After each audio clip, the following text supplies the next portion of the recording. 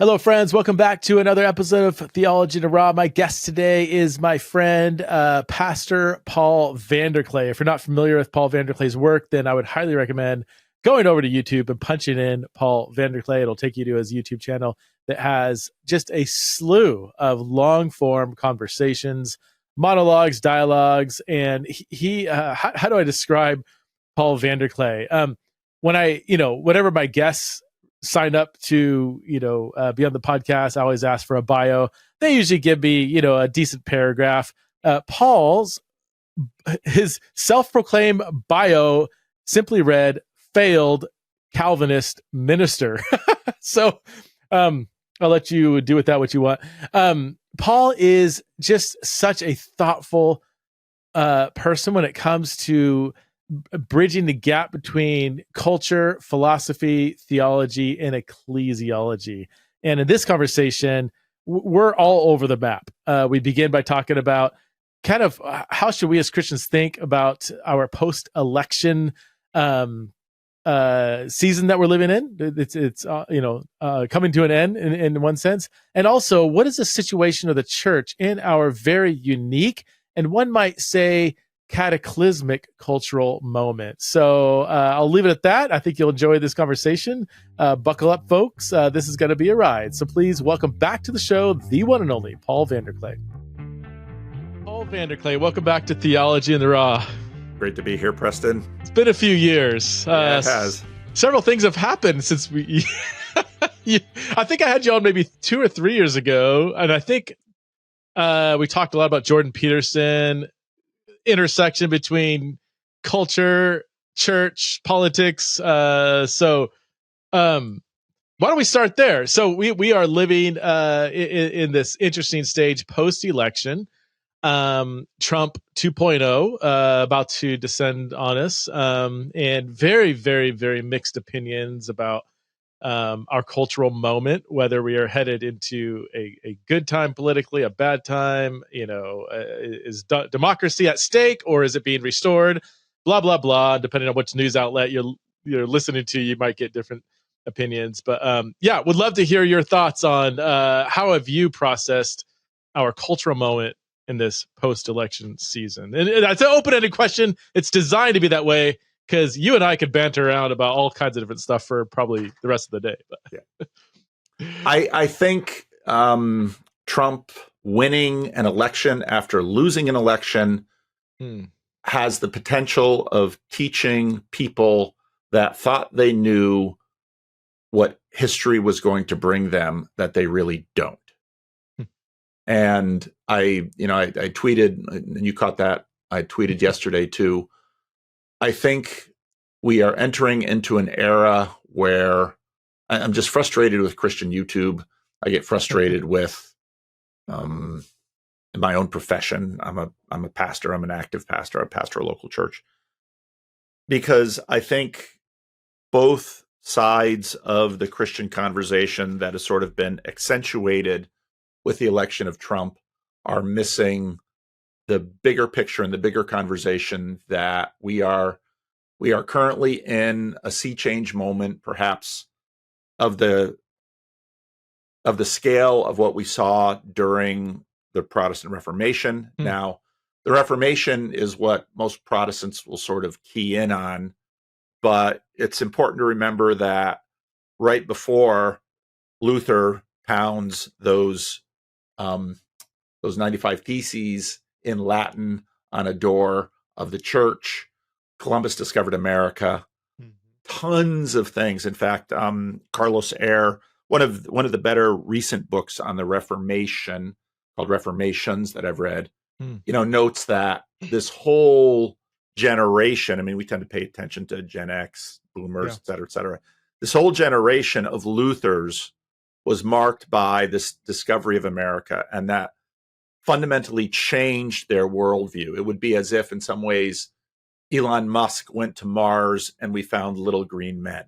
I mean, because there in America, it's a whole different world, and it's a world that wasn't quite calibrated with the rest of the world. And so they had to figure out, who are these people? They're clearly human beings. I mean, sailors are having sex with them. They eat and they drink, they kill, they can be killed. But they're not like us, and where do they fit into the Christian story? And those narratives flung around, even into the beginning of the Latter-day Saints church that says, well, they're the 10 lost tribes. And so we're in a time of enormous sea change. And I think one of the ways I describe it is, if you talk to the Orthodox, they'll say the essential element of church is the liturgy, the liturgy, the liturgy, the liturgy. If you talk to Catholics, they'll say it's the Eucharist, the Eucharist, the Eucharist. If you talk to Protestants, they'll say it's the preaching of the word.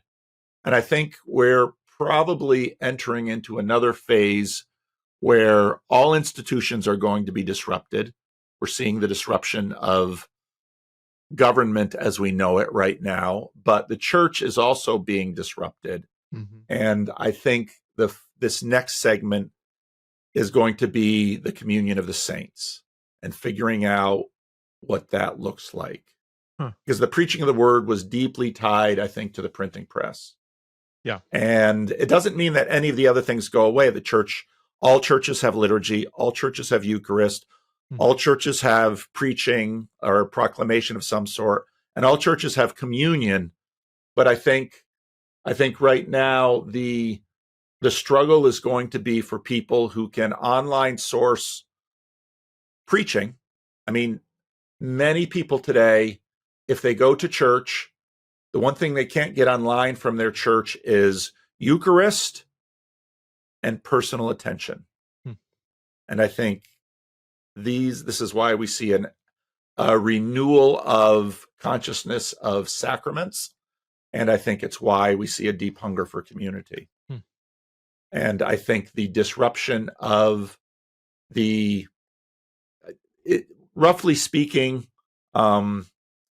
Jordan Hall called sort of the establishment of, let's say, the division of the Democratic Party since Clinton. You tend to call that blue church, the Democratic Party institutions.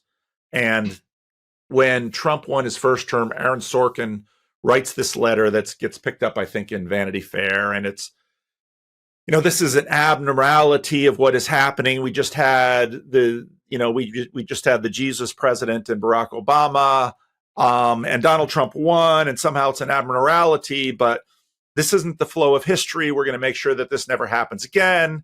And then, of course, Biden wins, and then it's like, oh, okay, return to normalcy. But this time it's even worse because he wins the popular vote. His margin with racial minorities has increased. And so what you're seeing is an undoing of a political eschatology, which means that roughly half our country has been operating with a religious vision of the future that they didn't fundamentally identify as religious. And now they don't know what to do. And we're going to continue to see that be disrupted. That's interesting. So many questions, Paul. Were you? I'm curious. Were you shocked at the election results? Was that surprising to you? No, I wasn't either. The least bit. No. Well, you and I both live in places where we've watched the transition of people who were reliable Democratic voters disgusted with their own party. Maybe or maybe not disgusted enough to vote Republican or third party. I mean, Andy Crouch is out there on YouTube talking about his vote for the Solidarity Party. The old blue church, which was the remnants of what happened to the main line through the civil rights movement into the liberationist movement, civil rights, women's liberation, gay liberation. We're watching that coalition deconstruct and come apart. And Trump, I think, will always be a transitional figure. He's sort of a chaos creature. Yeah. But what will come out of this, I don't think any of us quite know. I'm curious, like, and so it'd be good for people to know where you're coming from. Do you have like a political leaning, affiliation, identity? Like, how would you describe yourself? I'm not going to ask you who you voted for or whatever, but like, Well, where are you coming from when we even think about these political things? So I grew up, I'm a third generation minister in the Christian Reformed Church. The Christian Reformed Church, I would say, for all of my lifetime, a solidly Republican party, Sure. a conservative Reformed denomination that over the last number of years probably had grown, elements grew more democratic. Mm-hmm. And I think especially on the heels of the civil rights movement, my father pastored a racial reconciliation church in Paterson, New Jersey. Most of the people, the vast majority of the people I went to church with were African Americans. So my politics is pretty much always aligned with African Americans because Really? of Okay. where and how I grew up, which made me a little bit of an anomaly in the CRC because I was never a conservative in that sense. But I also sort of, over the last 10 years, have, in some ways, I sort of continue to track with whatever we mean by the IDW. Jordan Peterson, Brett Weinstein, Eric Weinstein, where people who had been previously very much blue church, very much vote down the line Democratic, beginning to have doubts about this political pathway. And, part of what convinced me of that was watching the rise of the woke and understanding, despite all of the talk about desiring to advantage the marginalized racial minorities, et cetera, not, having understood that the African American community has long, despite the fact that they've tended to vote Democratic, been a fairly conservative community. Yeah. And so especially when they're talking about defunding the police, I grew up listening to African American women complain about the lack of policing in their neighborhoods. And so I didn't sort of buy the white woke ideology that was coming down the line. And so I've basically been a political exile for the last number of elections. Okay, that's fair. Yeah, I mean, I'm in the same spot, and it's what's fun. What's fun about discussing politics from, I guess we could almost say, our kind of political situation is you're just not caught in the binary of, if you critique this side, that then you must be on this side, or if you say something positive about this side, you must be on that side. It's like and this is the metaphor. Don't overthink it to my audience, but like it's almost like I'm in the stands watching the game, and I'm not, I'm watching the 49ers play the Green Bay Packers, and I'm not on either team. So I could say, wow, that was a great pass. Gosh, did you see that? That guy's amazing. Man, this guy on the other side, that was a great tackle. And it's like, I can almost from a remove, I'm not participating. I'm not part of either team. I don't even like either team, but I can still enjoy the game. And it does, I don't know, like for people that listen and watch broadly, they're not stuck in an echo chamber. They're not overly invested in one side or the other. There is largely a game element to it. I don't want to say the whole thing's rigged or politics don't matter. Of course, policies matter and everything, but there is a large game element to it, isn't there? I mean, there's actors, there's people that switch sides if it's going to benefit them. I'm pretty convinced that these politicians that seem like they hate each other, I think they're having drinks at night, and some of them are. some of them really hate each other. Yeah. Well, you have to remember that the once and future president is a member of the Worldwide Wrestling Hall of Fame. And his politics, if you take basically the politics of Bill Clinton in the 1990s, that's sort of where a lot of his politics is. Less internationalism, more nationalism, and a good bit more chaos. But that's where his politics really is. And so what we've seen over the last number of years is the destruction of the traditional Republican Party, the Republican Party of Bob Dole and John McCain, of the Bushes. And we've seen the destruction of the Democratic Party. It's self-destruction. And so we've got two new political parties with two old names, because that's how our system works. And, well, we don't really know what's coming down the line. So, and it's really hard to know what exactly either party stands for right now. And we're going to continue to see those two parties mix around a lot and change a lot over the next number of years until things settle down. But the settling could take, at least a generation. Yeah. One of the more fascinating changes, and I guess if you take a wide angle lens at history, this shouldn't be that shocking. Political parties changed drastically over the years, but like the switch from the Republicans used to be the neocons, the war hawks. Let's go enter a war. If we don't have a war to enter, we'll create one because it's very, very good for the economy. That's almost completely shifted.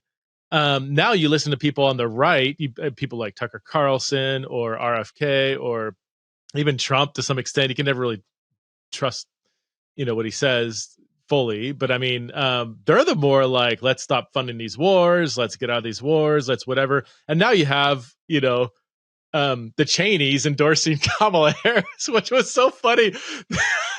This is where on the stands, I'm just slamming my popcorn, just cracking up, where she thought that was a good thing. Going around with Liz Cheney. And then they sent Bill Clinton to go address the Arab population in Michigan. When it's like, do you realize like his policies were not very good? Anyway, it's just there is, I mean, I don't mean to be belittle. These are serious things to some extent, but it's like, oh my word. Like, I feel like they should hire. I feel like if the Democratic Party hired me, I would crush it in terms of their PR, because it's like they're just so unaware of stuff. So all that to say, like, like of course Trump was going to win by a landslide. I mean, he was running up against a candidate, Kamala Harris, who I mean, it wasn't that long ago in the 2019 primary, she was the worst candidate by their own, like nobody liked her. Like she was like got like 1% or something of the primary votes of the 8 candidates. Tulsi Gabbard kind of destroyed her, that whatever, and she dropped out. And then she gets chosen for VP, so it's not an elected position, and as far as I could tell, one of the least liked VPs. And then once the Democratic Party realized that they can't hide Biden's mental deterioration any longer, given that famous debate with Donald Trump, they're like, oh my gosh, we got to stop gaslighting people. He really is not mentally there. And it's like, yeah, people have an internet connection. We've been watching this for 4 or 5 years. Like we didn't believe you. And, Joe Scarborough 3 weeks before that debate was like, he is on top of his mental game. He's the sharpest guy I've ever met. We're like, we have an internet connection, dude. Like, so all that to say, it's like, all right, they shifted, Obama and Hillary make a couple calls, so we need to get Biden out. We're not going to win with this guy. Let's put Kamala there. And then you have this whole like papered over propaganda piece to make it look like she's this great person. And it's like, no, people, like, you can't just create somebody out of thin air and think people are going to buy it. So I don't know where all the polls that were like, oh, it's 50-50. I'm like, yeah, come on. Like, so yeah, all that to say, leading up to it, I'm like, I don't know why people were shocked, but then maybe people are so wrapped up in some certain media ecosystem that they actually believe what their favorite media outlet's saying. Like, that's still, I guess, shocking to me that people believe that stuff. But well, everything is kind of, to me, I've always said that I'm a religious believer and a political skeptic. I don't, even though, again, this first arose because you had a tweet about some alignment of church and politics, and oh right, yeah, and I always try to tell people that politics is now, religion is always. Religion is dollars, politics is cents, and that your religion and your politics are always connected in some deep way. But what we've been seeing is a disruption of institutions. Mm-hmm. And we've been watching the disruption of church institutions, really for the last 500 years, and new institutions rising. I mean, one of the things that Protestants are able to do is cycle through their institutions more rapidly than obviously Catholics or Mhm. Orthodox. Although I'm still not sure about the Orthodox.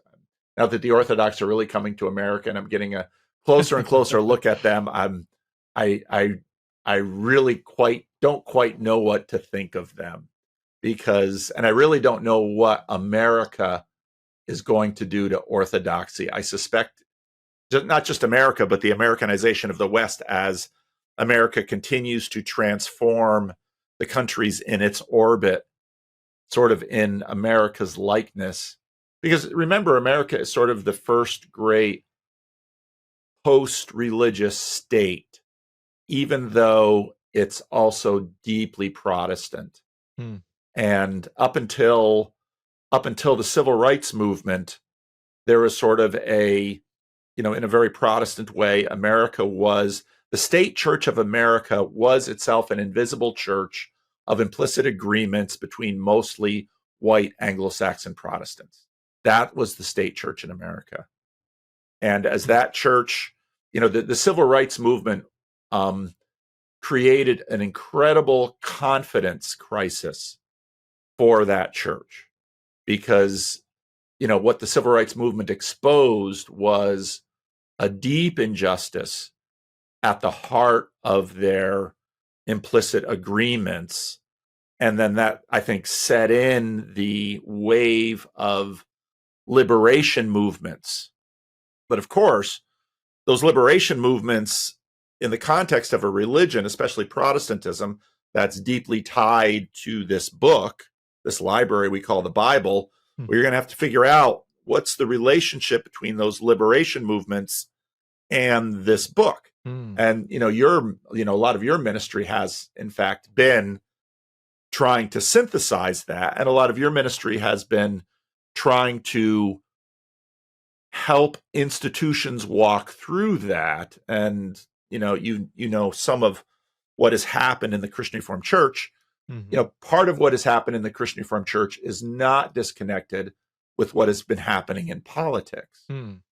And even though I think a lot of the conversation in evangelicalism right now, which is sort of poorly framed as a fight about Christian nationalism, is really a much deeper conversation that goes not only back to Constantine, but all through the scriptures, in terms of what are the mediating institutions that we need to sort of house and make sense of the relationship between a personal God who is the creator God and all the administrations all the way down the line. And so where you have, let's say, in places like the UK or the old world, where you have state churches, even I was just in Italy this summer, and so I was reading up on a lot of Italian history. And then I start reading about the relationship between the Pope and Mussolini. And that was just a fascinating history. And now with Orthodoxy coming to America, where we have some Orthodox who are, make Constantinople great again. We know how to do Christian civilization. Give us the keys. And the Catholics are like, no, we're here first. Our united Christian civilization was way better than your Orthodox one. And the Protestants are like, well, we sort of think this separation of church and state is kind of a good thing. I mean, these are all the massive conversations that we're starting to creep into now, and as we usually do, creeping into them poorly. Interesting. You mentioned earlier, and I'd love to come back to this, and I forget how you worded it, but just the distrust in institutions, or the crumbling of institutions, and you kind of alluded to both the church and in politics, just institutions as a whole. First of all, my wording, I don't want to put words in your mouth. Is that you made that observation, and so what's the cause of that? Is it the internet, or is it why is that? And is this a unique crumble? Well, unique since in the last 500 years. Is this Are we on that kind of like 500-year cycle where there's just going to be a complete dismantling of institutions and a rebuilding of who knows what that's going to look like? So I look at I'm old enough to remember my grandparents well, and I'm old enough to remember their lives. So my grandfather was a Christian Reformed minister who spent a lot of his time in rural or agricultural communities. Most of the people in the church were many of the people were farmers. So they listened to the sermon, they read the denominational magazine, they did devotions in the denominational pamphlet. They were educated at Christian Reformed day schools. The Christian Reformed Church as a denomination had a capacity to shape a narrative in a world that would form a community with a degree of isolation from many of the other narratives going through. Now, you can easily look at the concerns of the Christian Reformed Church before the Second World War and see alignments with other denominations similar to them, specifically immigrant denominations. But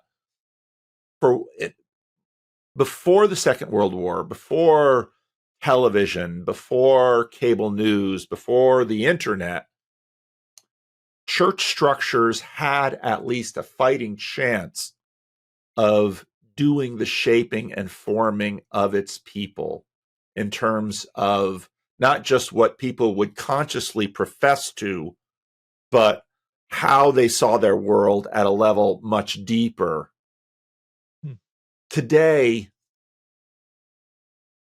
most of the formation that is happening, well, first of all, it's stratified by age to a degree that it never was before. I don't know how old you are, but I grew up 48. Okay, so I was already a well-formed adult when the internet came about, right? Especially when social media came about. But my children have never known a world without this interconnection.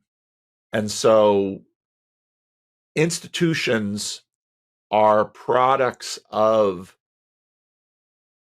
people's need to form communities with agendas. And so much of what has been happening is so global that, okay, what are the differences between American evangelicals? The big divide that's happening in American evangelicalism has everything to do with Obergefell and the Supreme Court, what the Supreme Court decided. Because now suddenly the definition of marriage has changed. And it's not just changed at the conscious level, it's changed at a much deeper level.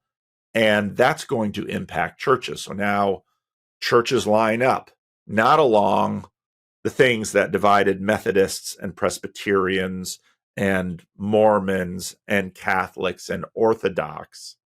Churches line up along tribal and fighting lines that have very little to do with their inherited doctrinal commitments. And so churches don't quite know what to do with all of this. And all of the churches are in the same boat. What does it say? I remember at least a decade ago, maybe more than that, when I just did a conversation with Aaliyah Marson on my channel, who now is a minister at one of our former daughter churches in Davis, California. And she was a blogger. She was part of that first wave of women blogging when the women's blogosphere sort of took off. And, then people start paying a lot of attention to Beth Moore. And it's like, Beth Moore has way more influence than almost all male local church pastors in terms of the formation of many of the women in their churches. What does that mean? To what degree could Beth Moore's authority and influence rival that of a pope? I mean, the Roman Catholic Church is so large and massive, but I mean, we don't know how our spiritual communities are being formed, but we do know that they're being formed in ways that the institutions that were developed for prior generations simply cannot conceive of.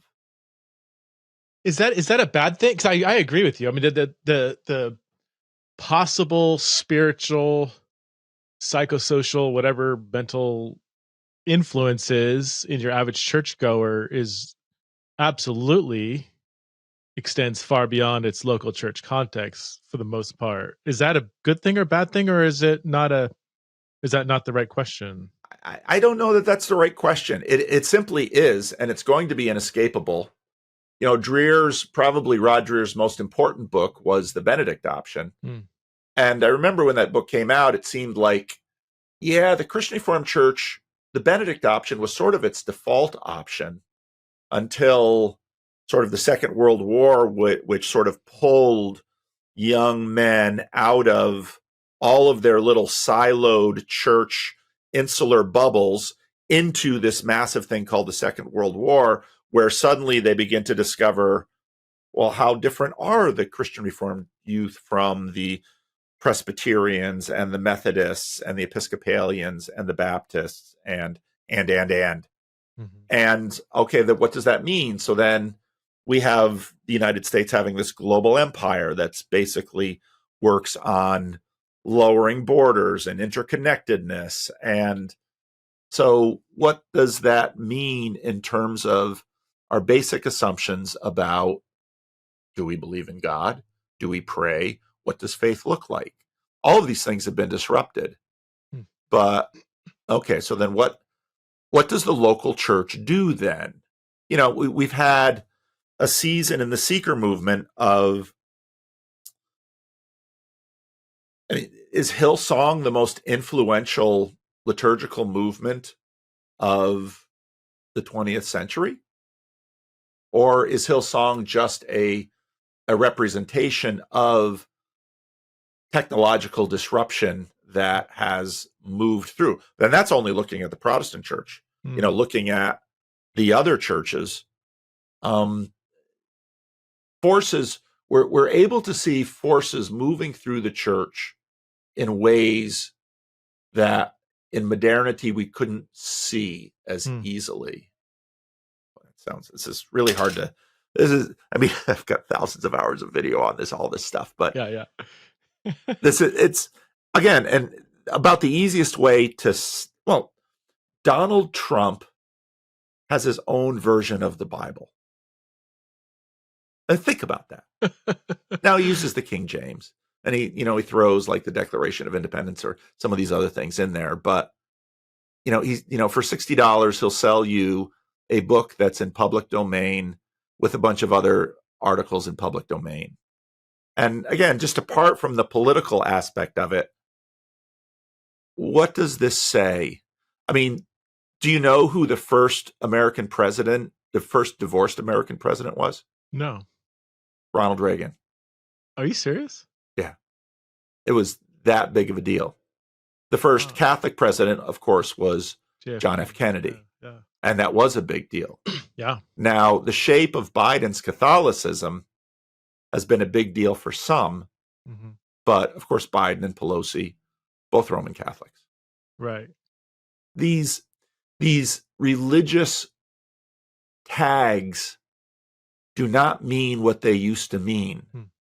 Other tags have been substituted, and we don't know how to process any of this.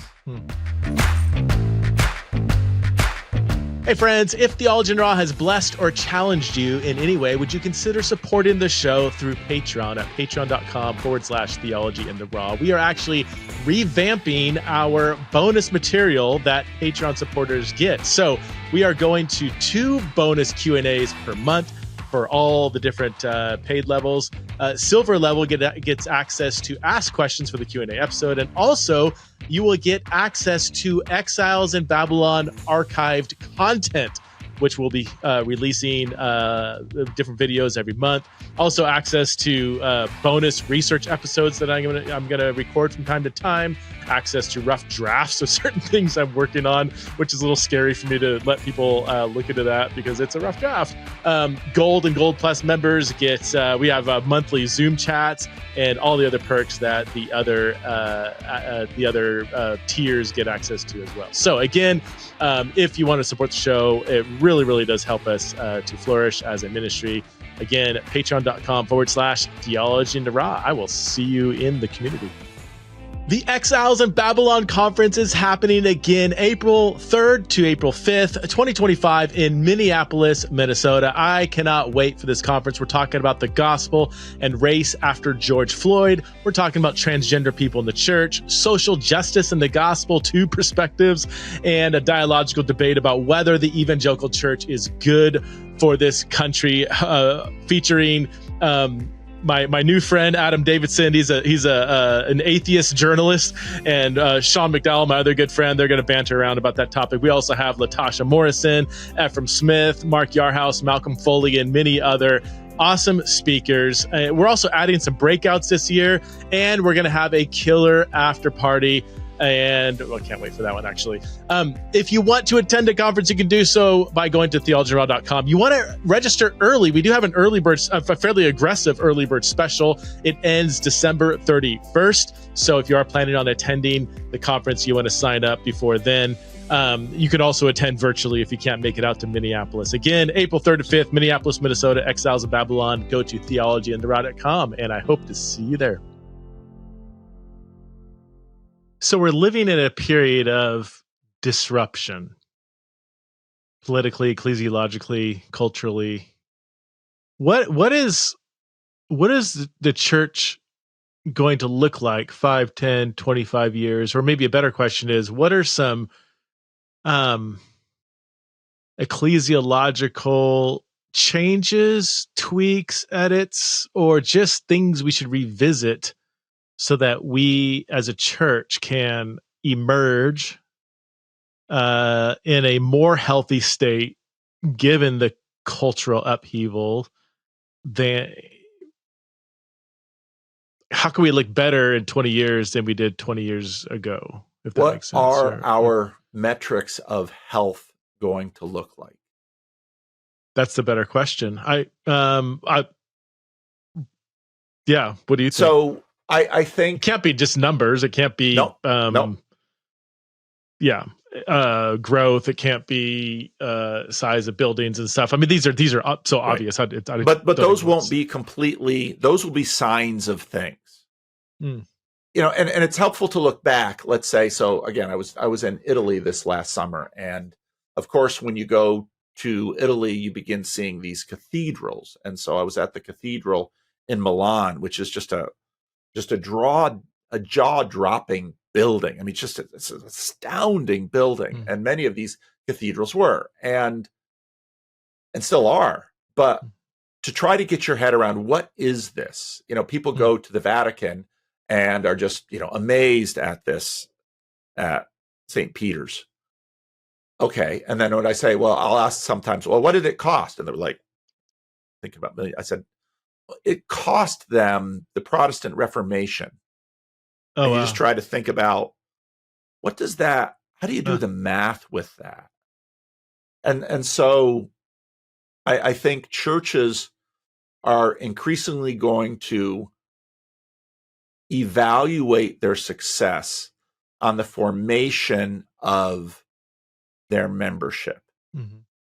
And its size isn't going to be irrelevant. Networks isn't going to be irrelevant. But, before we started recording, we were talking about the fact that we now have, someone like me, I have thousands of people listening to me throughout the week, some of whom, probably half of whom, go to church. And they go to Orthodox, Catholic, Protestant churches of various stripes. And I have 40 or 50 people actually in a room with me on Sunday morning. Right. Yeah. What does that mean? What does that mean, Paul? This is, I'm in a similar, I'm not even a pastor. I mean, I just attend a church and, just sit there and try to talk to people if I can and go home and have lunch. And I mean, and I'm not justifying this or defending it. But my online, this is ecclesiologically, I would say, I think it's wrong. I think this is a question I'd love for you to pastor me in. My online community, in my anecdotal experience, is richer than my embodied community. Now, that might just be my certain situation, my social location, my ecclesiological situation, whatever. But I so believe in the embodied, ecclesiologically, my theology tells me the embodied gathering is irreplaceable. It's essential. That's what my theology tells me. My experience is telling me the exact opposite. And I don't know, am I in sin? Am I at fault? Is that the social situation we're in? Is this the wave of the future? Are online communities going to be more meaningful than embodied communities? And is that just the way it is? Or is that a bad thing that we should rectify? The Christian Reformed Church was held together before the Second World War by its weekly magazine called The Banner. And I think partly because we didn't have this kind of conversation, people didn't realize that H.J. Kuyper, who in the Christian Reformed Church was Banner editor from the 1920s into the 1960s, he was the most influential person in the Christian Reformed Church during that period of time. And even up until the 90s, I would see Christian Reformed churches shorting local ministry in order to support their denomination. And so, and before sort of the rise of the nation state, people didn't fundamentally identify as, let's say, French or British or something like that. They identified along the lines of Catholic and then later Protestant, Christian, Protestant, Islam. And so I don't think the fact that the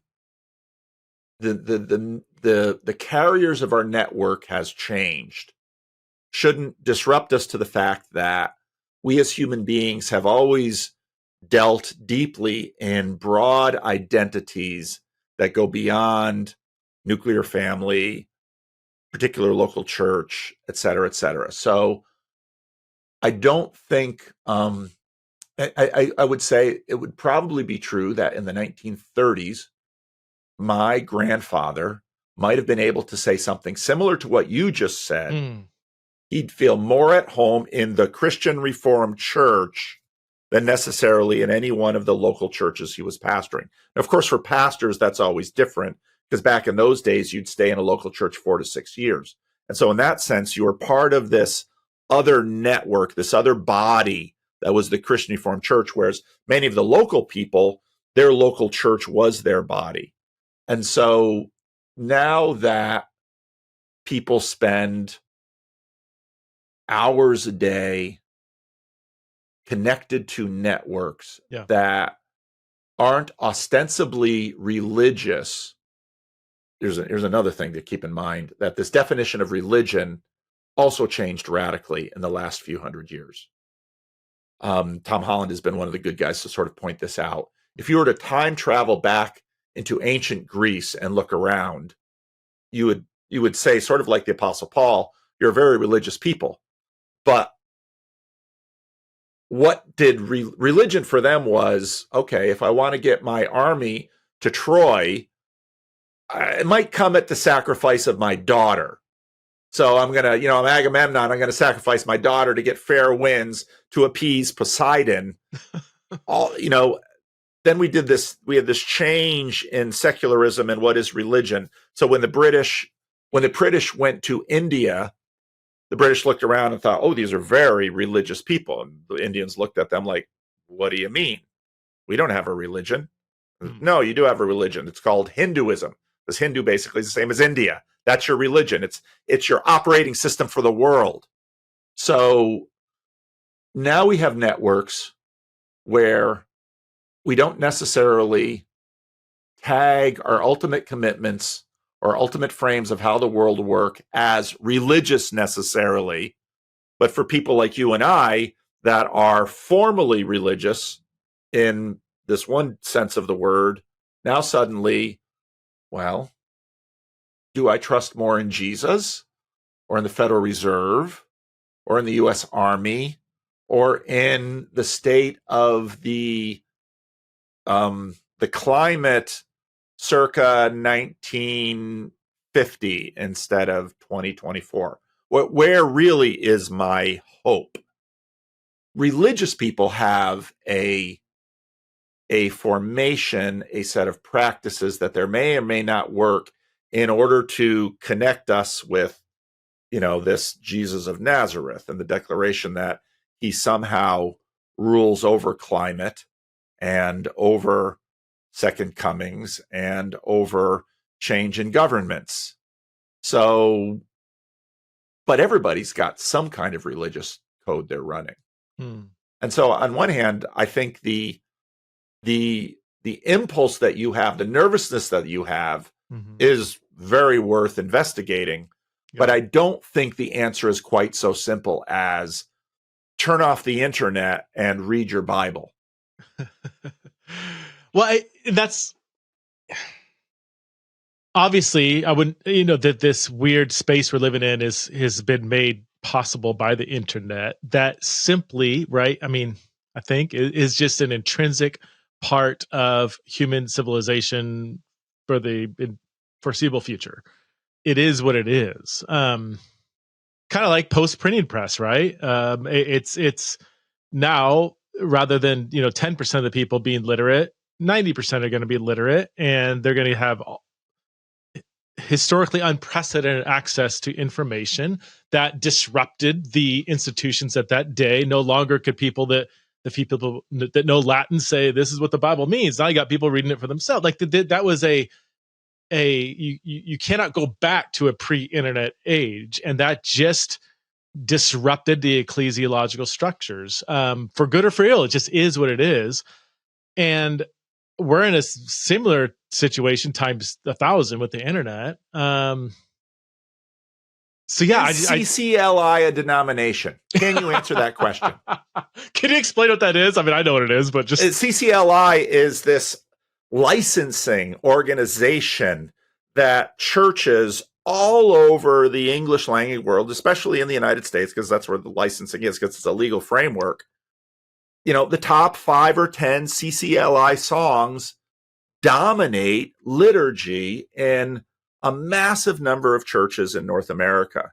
CCLI is probably more formative of these churches than whatever denominational tradition they have or don't have. That's insane. But yet nobody asks a question, is CCLI a denomination? But they function like one, or at least like denominations used to.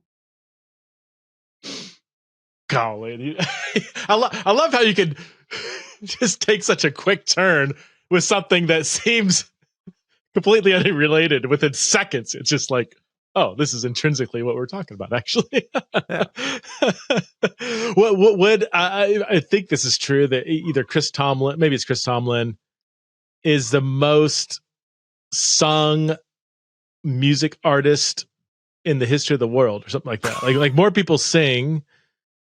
I mean, because people are gathering every Sunday morning and singing Taylor Swift. As well, not everybody, but would that exist without CCLI? Probably not. And here you want to talk about, we have this language of excommunication. Okay, which churches would serve Donald Trump communion and which churches wouldn't? Now, the irony is many of the churches that wouldn't serve him communion have open tables. And many of the churches that would serve him communion don't. I mean, look at this disruption. And then there's this question, is Donald Trump would ever actually bother going into a church or a church service, not a fundraising or political event. If it would not help him politically, would he do that? And where is communion? How does Donald Trump and the Eucharist, how do these two things relate in the world? Do we ever put these things next to each other and say, Mm-hmm. What about Donald? Donald Trump walks into your church on a Sunday morning. Is he welcome at the table? And a whole bunch of churches that want to say everyone is welcome. If Donald Trump walked in, they'd be like, no. So you have to ask, okay. You think it more like progressive open table churches? I mean, that's more right. all that's means right. all, except all if means you're all. Republican. You have all the flags out in front. Yeah. Donald Trump walks in. What do? Yeah. Do they welcome him at the table? Or is he the one that is denied? So suddenly, we have centuries of formation around issues like this. And just throw someone like Donald Trump, and other people were arguing that Joe Biden and Nancy Pelosi shouldn't have been served the Eucharist at their Roman Catholic Church. So, okay. So what does it mean to be Catholic?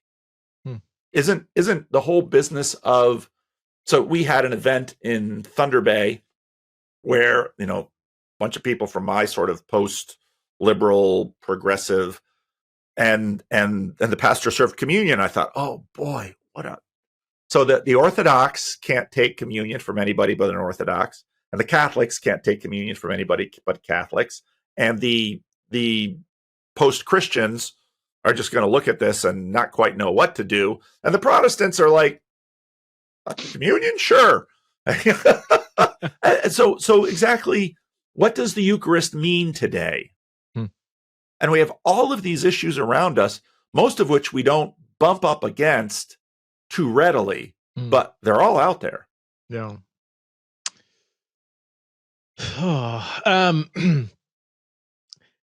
I kind of want to come back to this the nature of online community. Can you have genuine biblical koinonia with a disembodied or at least two-dimensional relationship with people that you may never see in person? Can you have genuine? Is that going to replace embodied community, and is that necessarily a bad thing? Were Augustine and Jerome part of the same church? What do you mean by koinonia? Okay. Did Augustine and Jerome, Irenaeus, let's take a bunch of church fathers and say, were they in communion with each other? They were connected by a network. They weren't connected in a face-to-face relationship. Okay. So you're hinting at there have been forms of this question throughout the ages. Yes. And in fact, I would say Christianity is in many ways responsible for this and also hosts it. I mean, we often talk about a great cloud of witnesses. And at least in Roman Catholic and Orthodox traditions, they continue to, in some senses, commune and communicate with, saints that have gone. Protestants are a little bit more hesitant with that, but they do it in their own way generally. When Luther talks about the invisible church, what does he mean? So, what is the communion that ties you and I together? So I guess okay. So that's good. I guess I am asking more the, whatever you want to call it, the practical, relational bonding, building, that kind. Not the spiritual communion of all the saints around the globe, in the sense that I have koinonia with my Indian brothers and sisters that I have never met, never will meet, don't know their names or family, but actual relationship. Maybe just relationship is a better term. Well, let's put it this way. Okay, so let's say, heaven forbid, some disaster befalls you, may or may not be of your own making. Who can you call upon to feed you, to put you up, to support you? Now, the irony might be a lot of those people might come from online. But how well do they really know you? And so you begin to see that these questions aren't easily answered because we just don't know enough about them. But they're not in kind dissimilar, let's say, between, a family and a local church. Yeah. Yeah. Huh.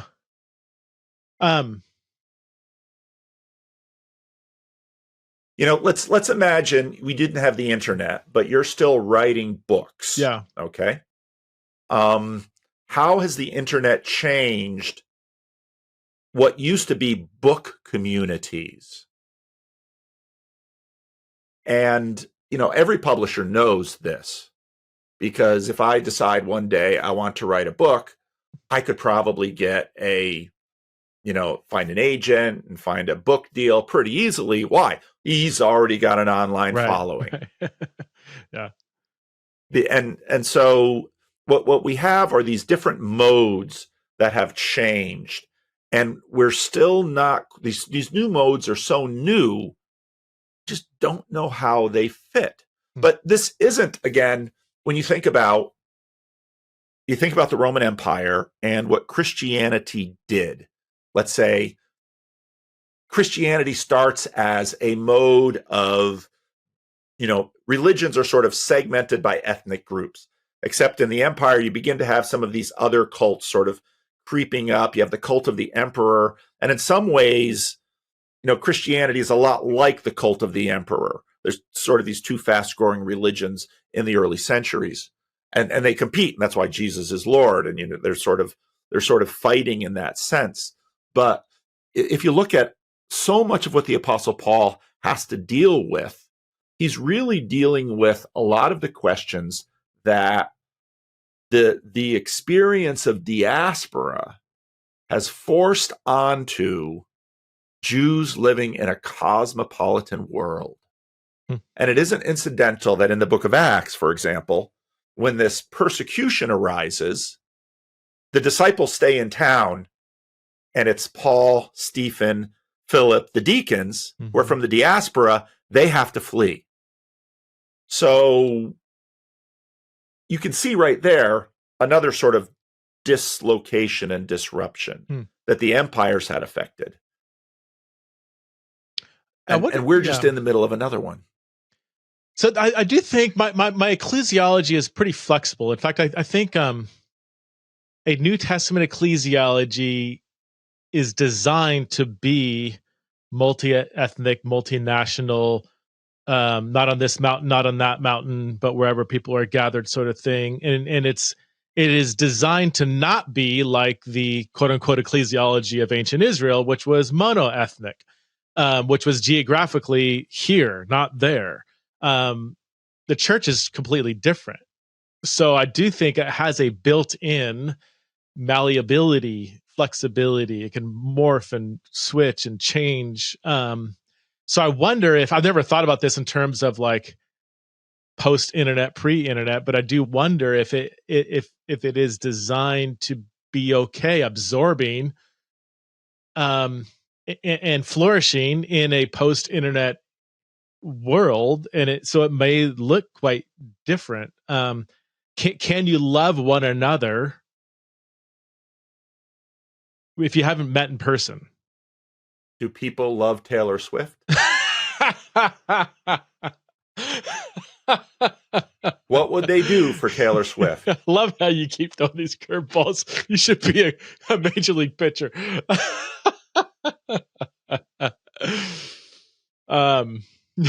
People worship Taylor Swift. Yes, they do. Going back, pre-internet, we were taking a lot of spiritual nourishment from people we've never met, namely books. Yeah. And so but that's not a relationship. You don't have a relationship with this author, nor would you claim it. Although this author you do have a sort of endearment, a love, a respect for this author.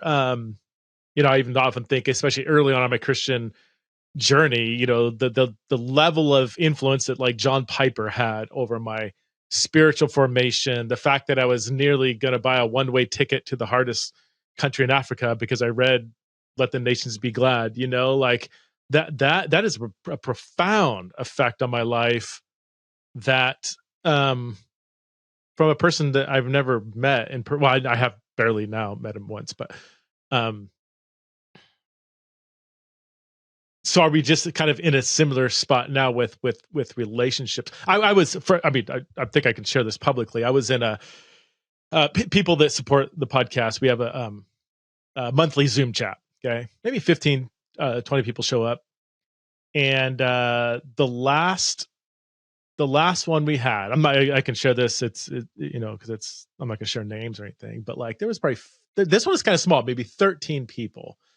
And we don't have any agenda. We just hang out for an hour and a half. And early on in our hangout session, one of the persons said, one of their children were transgender, and navigating that has been complex. And another mother said, "Oh, I have a trans kid too." Another one said, "I have a trans kid too." Another one said, "I had a trans kid too." Another one said, "My sister's trans." So about 40% of the group are Christian parents with trans kids. But I don't think any of them have any kind of social, like, embodied network at church where they can just say, "Oh yeah, my kid's trans," and it's in the they're free to say so, because there's so much judgmentalism. People don't understand. They don't. So they just kind of, there's a famous saying, when your kid comes out of the closet, the parents go into the closet. They often feel isolated, and Yep. So here they are just experiencing just instant, like, camaraderie in a real in-depth way. And then one of the younger people there says, "Well, actually, I don't identify as trans, but I experience gender dysphoria. And my parents, I would never be able to have a conversation with my parents about this at all." Like, and one of the moms says, "What would you want from your parents?" And she goes, "I would give anything for them to sit down and simply listen to me." And then you had moms jumping in saying, "Hey, I'm not your mom, but I want you to know that I respect you so much for sharing. If you need anything, reach out to me." I mean, it was one of the richest relational hour and a halves that I've experienced in probably 10 years of any kind of community group, church experience. Like, I don't think I've ever had a Sunday morning gathering where I had that kind of level of just raw, in-depth intimacy and genuine, like, one another stuff going on. And I walked away from that saying, I don't know what to do with this. Of all those people, I think I've met a couple in person. The others, I didn't even know. A couple of them, I didn't know who they were. Then you had other people listening in. Anyway, I'm going too long, but do I say, okay, that is theologically problematic because we're not embodied, we're not part of the same local church, we're not taking community together? Or is it like, this is an example of just simply the way many relationships are going to be in the post-internet future? I'm sure you've had tons of experiences like this. And your group would probably be made better with the estuary protocol, which is, so those of you who know me know estuary. So there's two things that I've made in this world. There's 5 children I've made in this world, but there's 2 things that I've made since I've been on the internet. One of them is called this little corner of the internet, the TLC. And the second one is called estuary, which is an in-person thing, but it can be done online. I think 2 things come to mind. First, I said liturgy, Eucharist, preaching the word. I think we're entering into a phase in Christian history where the primary concern is going to be the communion of the saints. Yeah. And figuring out what that means. The second thing is, you have created a spiritual principality, Preston. And it's not just you, but that group has been formed. That group has a spiritual body. That is the exact right language for it. It's New Testament language for it. And that spirit, in a sense, has a principality. There's a spirit of that group that you have your writing, your theological education, your concern, your pastoral ministry. All of that has formed, and the individuals that have participated in it, they have formed a spiritual body that is that group. And we can see that now in a way that we couldn't before, because if it were in a local church, you would look at the local church as that body. Now there is another spiritual body that is that group. Okay. What do we think about that. We don't know. What do we call it? Yes. Yeah. We have New Testament language, and in many ways, that's the best language for it. But we're not used to using that language